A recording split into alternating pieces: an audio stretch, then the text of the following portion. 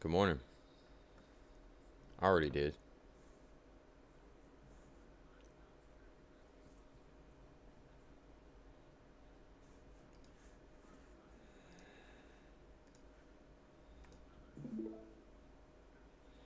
All right. Good morning, everyone. How are y'all? Something else I need to do. Yeah, that's right.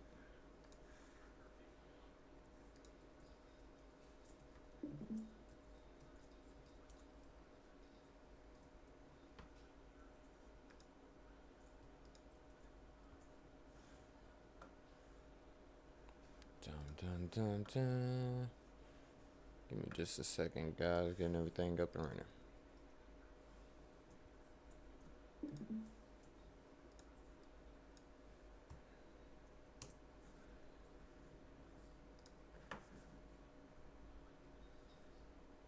Morning. Morning. How you doing? Good morning. What's happening with SPY today, man? I gotta dump all these calls Yeah, and man. puts. I was hoping it was gonna come down for you. It still could. By the way, I Well, was looking 10 at. years, 10 years on its way up, so a Yeah. lot of things are gonna end up going down. Yeah. Right. Um. I should probably sell my calls then while I'm still in the money. Yeah. Sounds valid. Right. Good morning, Chad. How are you doing? All right. I'm just I've I been getting. got a watching Bank fiber of, I got a fiber sorry, cut over first thing this morning, so I'm gonna be listening, but I won't be able to drop in.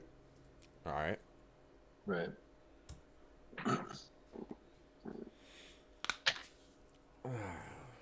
So, Yeah, I've push been guys. looking at Bank of America over the weekend, and that thing really stuck out to me for some odd reason.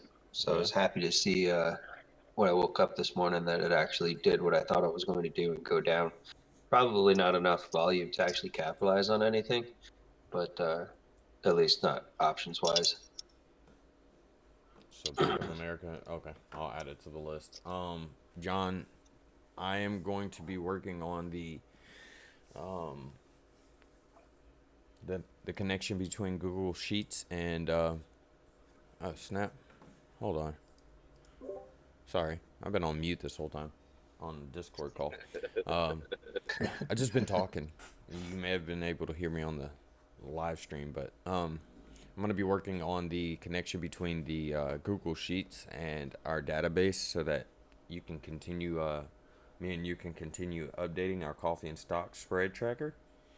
Sure, I man. was able to identify some good things in that that we can look at going into the week. That is if the markets do pick back up, of course. So the SPY gapped up, QQQ gapped up, 10-year Treasury gapped down. Like I was saying, I was watching over the weekend. It could go up to at least 4%. So we still have about 2.4% to gain on that, and we can expect the markets to correct based on that as tech rotation continues based on inflation and rates increasing. Um, so I have the system in place already. For the spread tracker, I'm going to show you guys that a little bit, and we'll go in depth on what we can do later. Right now, I just want to focus on the markets overall for the people that aren't on the Discord. If you haven't joined our Discord, it's free. Feel free to join us. We go a little bit more in depth on things than we do on the actual live stream, as the live stream is meant to basically review the markets and basically determine what's going to happen for the day and as well as for the week. So, looking at this morning, like we were saying, the SPY gapped up, the QQQ gapped up, which is great. Although interest rates are picking up, we can capture some of those highs to initiate more puts potentially, as I'm starting to see some momentum loss on the lower time frames. So I'll be watching that moving forward. I do expect the 10-year to pick back up though. Gotcha. So for me, I have one day trade available. Okay. So for today, so I'm really hoping, if we see something that is going to profit out, maybe I pick up a couple other contracts and then sell them. So Yeah, if an together. opportunity like that, yeah, if an opportunity like that pops up and I don't see it, please, please, please let me know. Got you. Good morning, everyone on the live stream. If you could just do a quick shout out. Also, all I ask is that you share it on Facebook or Twitter or wherever you feel comfortable. Um, let's see. I want to make sure that we're everywhere we need to be. All right.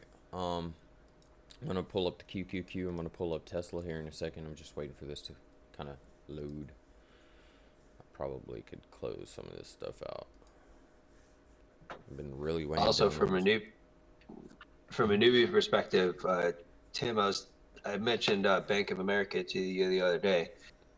I was so happy when I woke up this morning and it actually did what I thought it was going to do. What did it do? It So got down.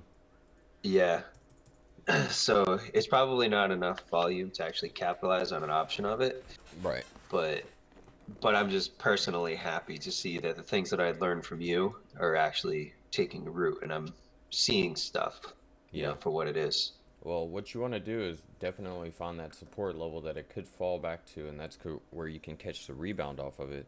Um, as things kind of settle, I don't expect, eventually the rise in rates will kind of mold into the market, and you'll see some of that kind of concern dissipate, I guess you could say, and you'll see a rotation. Excuse me. You'll see a rotation back into tech and things like that as we move forward. I'm actually, based on what Jeff provided us, basically stating that Tesla is expected to jump 5 times in the next five years or so, 4 years even shorter time frame, which is better. I'm looking at potentially putting a lot of long-term holds in a lot of smaller EVs because I expect them to correlate with that price point. So things that we've been watching like RMO that fits that $40 to $50 price range we were expecting, that's just off Tesla moving, not including what the company's doing on its own, which can be its own catalyst. G-Tech has actually performed a lot better than the rest of the EV market here recently. I think I'm going to capture some of those as well.